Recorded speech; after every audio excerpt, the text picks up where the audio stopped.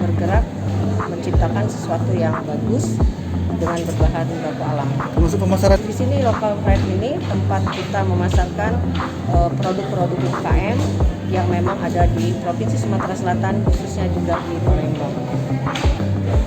Pemasaran di sini ya kita secara berkala terus menerus.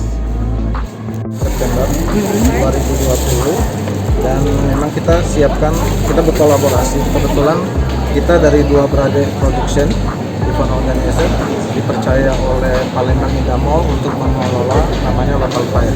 Local Pride ini kita gunakan untuk media teman-teman UMKM untuk melakukan transaksi.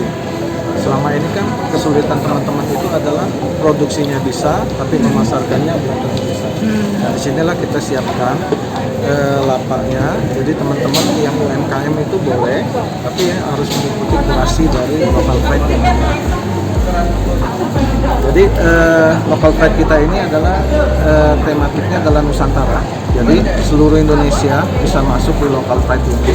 Tapi kita memberikan porsi juga yang lebih besar kepada UMKM lokal. Nah, UMKM lokal itu ada jemputan, songket, kemudian batik Palembang, ya kan, tas-tas Palembang, semuanya ada. Jangan lupa subscribe, share, komen, dan like ya.